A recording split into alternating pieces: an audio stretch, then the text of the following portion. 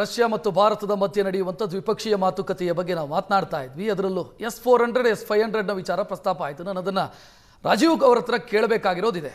ಒಂದು ನಾನು ನಮ್ಮ ವೀಕ್ಷಕರಿಗಾಗಿ ಹೇಳಬೇಕು ಅಂತಾದರೆ, ಪಾಕಿಸ್ತಾನದ ಬಳಿ ಇರೋದು HQ-9 ಅನ್ನುವಂಥ ಏರ್ ಡಿಫೆನ್ಸ್ ಸಿಸ್ಟಮ್.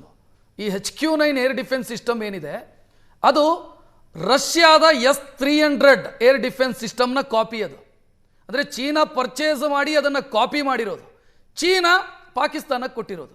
S-300 ನಮಗಿಂತ ಪ್ರೀವಿಯಸ್ ವರ್ಷನ್ ಅದು ಇರೋದು ಪಾಕಿಸ್ತಾನದ ಬಳಿ.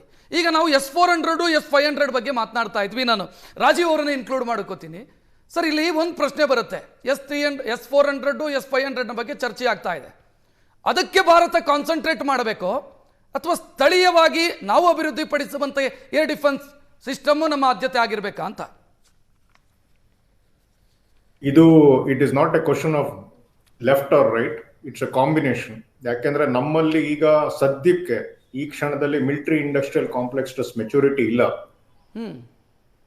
V may do the ad missile AD missile system, but ಆ ಸ್ಕೇಲ್ ನಲ್ಲಿ ಆ ಸಫಿಸ್ಟಿಕೇಶನ್ ಅಲ್ಲಿ ಮಾಡ್ಲಿಕ್ಕೆ ನಮ್ಗೆ ಇನ್ನೂ ಕೆಪಾಸಿಟಿ ಬಂದಿಲ್ಲ. ಕೆಪಾಸಿಟಿ ಬಿಲ್ಡಿಂಗ್ ಆಗ್ತಾ ಇದೆ, it will take time. So ಹಾಗಾಗಿ ಆ ಗ್ಯಾಪ್ ಏನಿದೆ, ನಾವು ಗ್ಲೋಬಲ್ ಸ್ಟ್ಯಾಂಡರ್ಡ್ಸ್ ಅನ್ನು ಮೀಟ್ ಮಾಡಬೇಕು ಅಂದ್ರೆ, ಗ್ಲೋಬಲ್ ಆರ್ಮೀಸ್ ಜೊತೆ ಫೈಟ್ ಮಾಡಬೇಕು ಅಂದ್ರೆ we have to bridge the gap. ಹಾಗಾಗಿ S-500 400 ತಗೊಳ್ಳೇಬೇಕು.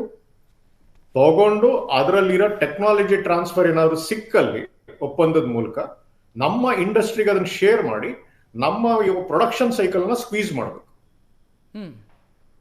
ಸೊ ನಾವು ಅಲ್ಲಿ ತಗೊಳ್ದೇ ಇದ್ದು ನಾವೇ ನಮ್ಮ ಇದರಲ್ಲೇ ನಮ್ಮ ಇಂಡಸ್ಟ್ರಿನಲ್ಲೇ ಮಾಡ್ತೀವಿ ಅಂದ್ರೆ ಅಲ್ಲಿ ಗ್ಯಾಪ್ ಓಪನ್ ಆಗುತ್ತೆ, which can be exploited by ಇದರ್ ಪಾಕಿಸ್ತಾನ್ ಆರ್ ಚೈನಾ.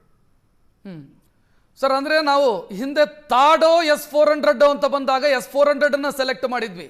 ಅದು ಬೆಟರ್ ಆಯ್ಕೆ ಆಗಿತ್ತು ನಮಗೆ, ಅದರ ಎಫಿಷಿಯನ್ಸಿ ಪ್ರೂವ್ ಆಯ್ತು ನಮಗೆ. ಹೌದು ನೋಡಿ, S-400 ಅನ್ನೋದು ಒಂದು very costly weapon system. Of course relatively cheaper than ಥಾಡ್, ಬಟ್ ಸ್ಟಿಲ್ ಇಟ್ಸ್ ಕಾಸ್ಟ್ಲಿ. ಈಗಿರೋ ವಾರ್ ಡಾಕ್ಟ್ರಿನ್ ಅಲ್ಲಿ the emphasis shift low cost warfare, especially drone warfare.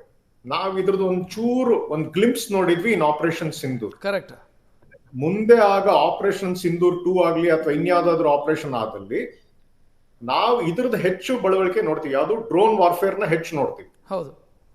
ಒಂದು ಚಿಕ್ಕ ಡ್ರೋನ್ $500 ಅಥವಾ $1000 ಡ್ರೋನ್ ಹೊಡಿಲಿಕ್ಕೆ ನಾವು S-400 ಆಗ್ಲಿ S-500 ಆಗ್ಲಿ ಉಪಯೋಗಿಸ್ಲಿಕ್ಕೆ ಆಗಲ್ಲ. ಕರೆಕ್ಟ್. ಸೊ ಅಲ್ಲಿ ನಮ್ಗೆ low cost soft skill and hard kill options ಬೇಕು. ಅಲ್ಲಿ ನಮ್ಮ ಐರನ್ ಡೋಮಾ ಸರ್, ಐರನ್ ಡೋಮಾ ಐರನ್ ಡೋಮ್ ಅಲ್ಲ, Iron Dome is a failed project. ಅದು ಮೀಡಿಯಾದೊಂದು ಹೈಪ್ ಆಯ್ತು ಅಂತನಾ? ಮೀಡಿಯಾದೊಂದು ಇದು ಕತೆ ಅಷ್ಟೇ, ನೆರೆಟಿವ್ ಅಷ್ಟೇ. ಅದು iron Dome is failed. Iran has successfully penetrated Israeli defenses. Yes. So let us not talk of Iron Dome. Iron Dome is also a layered defense sector. ನಮಗೂ layered defense ಬೇಕು, but concept will be similar, but cost should be lower. Yes, ಮಾತನಾಡ್ತೀನಿ. ನಾನು ಸಂಜೀವ್ ಕುಮಾರ್ ಅವರನ್ನು ಕೇಳಬೇಕಾಗಿರೋದು ಒಂದಿದೆ sir. ನಾನು trade ಬಗ್ಗೆ ತಾವು ಹೇಳಿದಿರಿ. ಅಮೆರಿಕ ಟ್ರೇಡ್ ಅನ್ನು ಆಯುಧವಾಗಿ ಬಳಸ್ತಾ ಇದೆ ಭಾರತದ ವಿರುದ್ಧ, ಆಯುಧದ ರೀತಿಯಲ್ಲಿ ಬಳಸ್ತಾ ಇದೆ. ಇಲ್ಲಿ ಪ್ರಶ್ನೆ ಇರೋದು, ಭಾರತ ಮತ್ತು ರಷ್ಯಾದ ಟ್ರೇಡ್ ಅನ್ನು ಗಮನಿಸಿದ್ರೆ, ಭಾರತ ರಷ್ಯಾದಿಂದ 5 ಲಕ್ಷ ಕೋಟಿಯಷ್ಟು ಆಮದು ಮಾಡಿಕೊಂಡ್ರೆ ರಫ್ತು ಮಾಡ್ತಾ ಇರೋದು 45,000 ಕೋಟಿ. ದೊಡ್ಡ ಗ್ಯಾಪ್ ಇದೆ. ಈ ಗ್ಯಾಪ್ ಅನ್ನು ಫಿಲ್ ಮಾಡೋ ಬಗ್ಗೆ ಏನಾದರೂ ಮಾತುಕತೆಗಳಾಗತ್ತೆ ಅಂತಾದ್ರೆ ಏನಾಗಬಹುದು ಅಂತ ಹೇಳ್ತೀರಿ?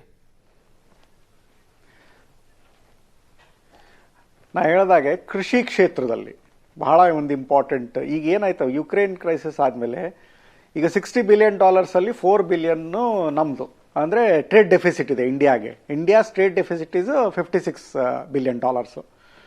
ಸೊ 80ನೇ ಇಸ್ವಿನಲ್ಲಿ ನಾವು ನೋಡಿದ ಹಾಗೆ ಒಂದು ಟ್ರೇಡ್ ಅಗ್ರಿಮೆಂಟ್ ಇತ್ತು.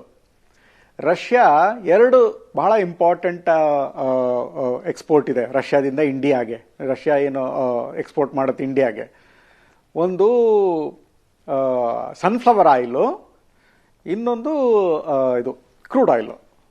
ಸೊ ಕ್ರೂಡ್ ಆಯಿಲ್ದು ನಾವು ನೋಡಿದ ಹಾಗೆ ಯುಕ್ರೇನ್ ಕ್ರೈಸಿಸ್ ಆದಮೇಲೆ ಇರಾನಿಂದ ಪರ್ಚೇಸ್ ಮಾಡಿ ರಷ್ಯಾದಿಂದ ಅದೊಂದು ಸ್ಟ್ರಾಟಜಿಕ್ ಅಟಾನಮಿ ನಾವು ಡೆಮಾನ್ಸ್ಟ್ರೇಟ್ ಮಾಡಿದ್ವಿ. ಈಗ ಮೋಸ್ಟ್ ಇಂಪಾರ್ಟೆಂಟ್ ಇರೋದಂದ್ರೆ ಆ ಕ್ರೂಡ್ ಆಯಿಲ್ ಬದಲಾಗಿ ಇಂಡಿಯಾ ಫುಡ್ ಸಪ್ಲೈಸ್ ಮಾಡಬೇಕು ಅನ್ನೋ ಒಂದು ಬಹಳ ಒಂದು ಇಂಪಾರ್ಟೆಂಟ್ ಅಗ್ರಿಮೆಂಟ್ ಆಗ್ಬೋದು ಅನ್ನೋದು ಒಂದು ಮೀಡಿಯಾ ಸ್ಪೆಕ್ಯುಲೇಷನ್ಸ್ ಈಗ ಸದ್ಯಕ್ಕೆ.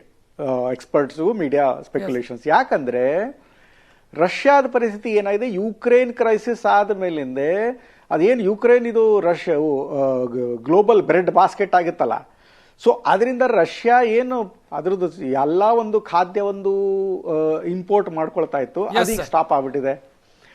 ಪ್ಲಸ್ ಅಮೆರಿಕಾದಿಂದನೂ ಇಂಪೋರ್ಟ್ ಆಗ್ತಾ ಇಲ್ಲ.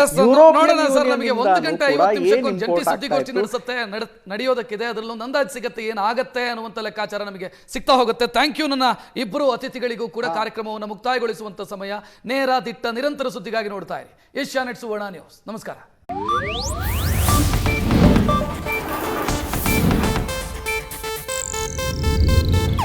ಇದು ಏಷ್ಯಾನೆಟ್ ನ್ಯೂಸ್ ನೆಟ್ವರ್ಕ್ ಪ್ರಸ್ತುತಿ.